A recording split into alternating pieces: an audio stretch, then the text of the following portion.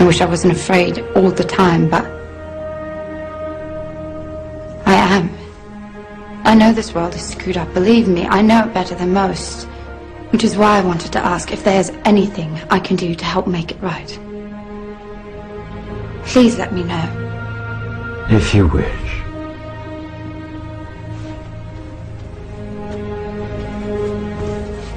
The very anniversary fisi. By the power of truth, I, while living, have conquered the universe. Personal motto? From Faust. That's about trying to cheat the devil, isn't it? It is. And speaking of the devil, I was wondering if your offer to help was still standing.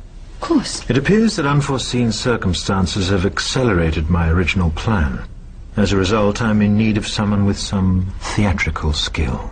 I'll do my best. I believe you will.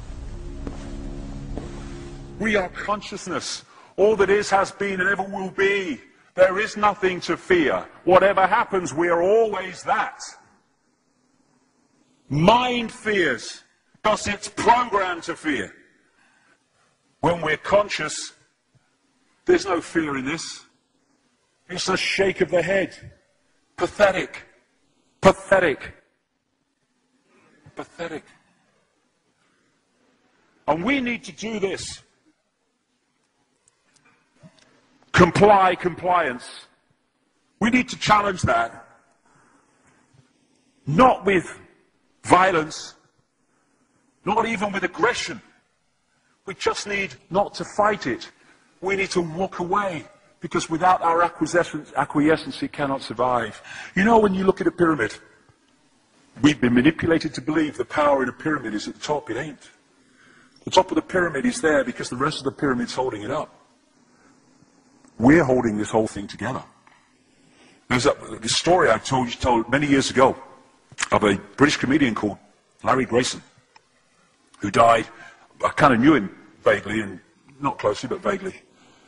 And I went to his memorial service in Covent Garden, and this other comedian did this tribute to his life in which he read out this story that Larry Grayson had told him. When they were going around the variety halls and the theatres in the 60s, they had this all-male show.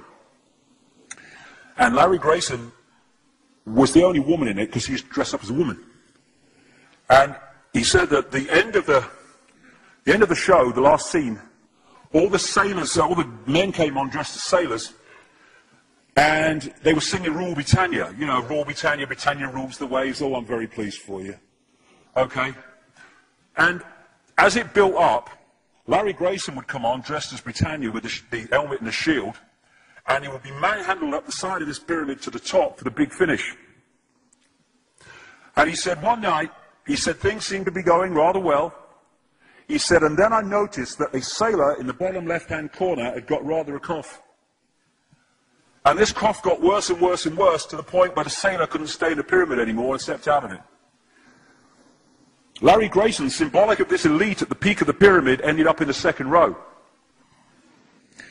And the elite, the power center, had done nothing to bring about this. One sailor, the bottom of the pyramid, had got a cough. And the whole thing collapsed. And I listened to that and I thought, my God, yes, that's it.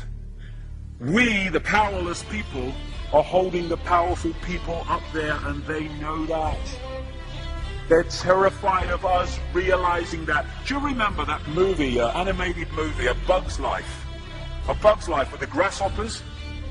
And what happened was, there was these ants, an ant island as they called it, and these grasshoppers used to come every year and take all the food, and the ants had to spend a whole year gathering the food together for the grasshoppers because they were terrified of the grasshoppers.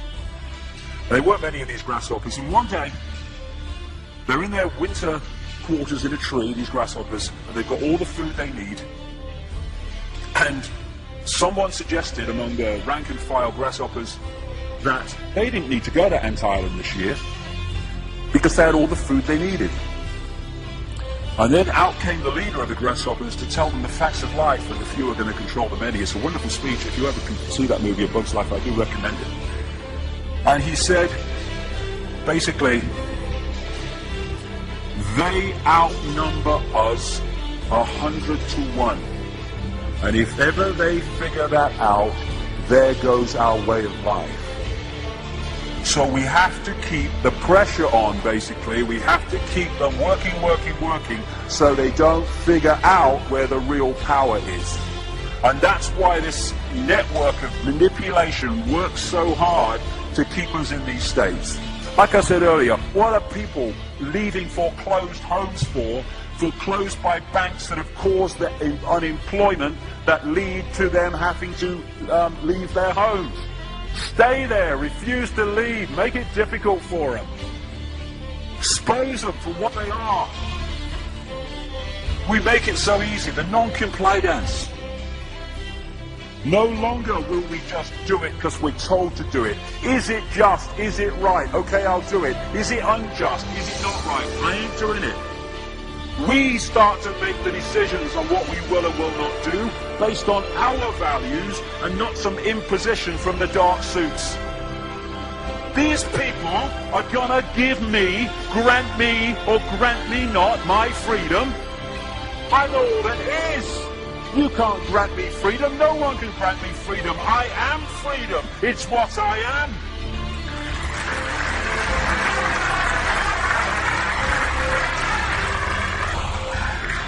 The big question, what would consciousness do?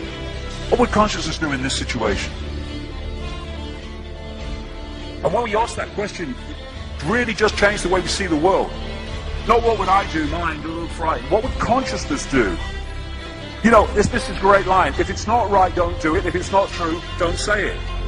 And what would transform this world overnight is if we started doing what we knew to be right in the situations we face, instead of what we think is right for us in the moment. Not what are the consequences for me, or what's the best thing for me, how do I get the best deal out of this? What is right? What is just in this situation? If we started making decisions based on that, the world would transform overnight. These are very simple things. If we want a world of peace, then we need to be peaceful. We don't need to fight for it. We just need to be peaceful, and we'll bring that about. If we want a world of kindness, we need to be kind, and then it will naturally unfold. We don't fight for kindness. As Martin Luther King said, it's a wonderful saying, piece of oratory. Cowardice asks the question, is it safe?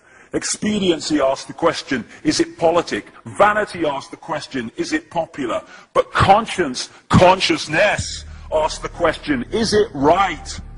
And there comes a time when one must take a position that is neither safe, nor politic, nor popular, but one must take it because it is right. And when enough of us do that, what is right will manifest by definition. And we're in this position now where this vibrational change, this energetic change is taking place, where we can start cracking these eggshells, where we can start becoming the full magnitude of who we are, where we can be consciousness in the now, using mind to experience this reality instead of being governed by it, turning the key to let consciousness in. We're being offered this opportunity now. No longer can we say we didn't realize who we are, we didn't know we could do that. I was kind of waking up one day, and I saw this earth imprisoned, and I saw this big lock and a key going in and being turned. I went on the internet just very shortly afterwards. I was looking for a picture, not this one, and that's what I saw. The picture I'd just seen in my half kind of sleep. And that's what we're being offered the chance to do now, to turn the master key called becoming conscious that will bring an end to this. It's being given to us, we just need to take it. And to take it, we need to say enough. Enough of being enslaved by these people, enough of being enslaved by our manipulated ignorance, enough of being enslaved by the fear of being who we are.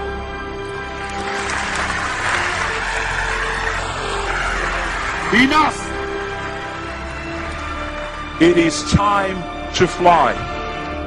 It is time to fly. Thank you very much.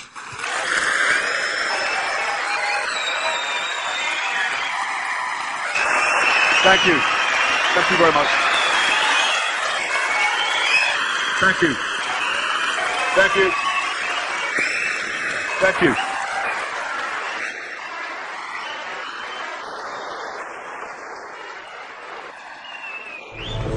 Enemy is approaching fast. Requesting orders. General, what should we do? There's no response from command. Or from party leader Quiere. Stand down! Stand down!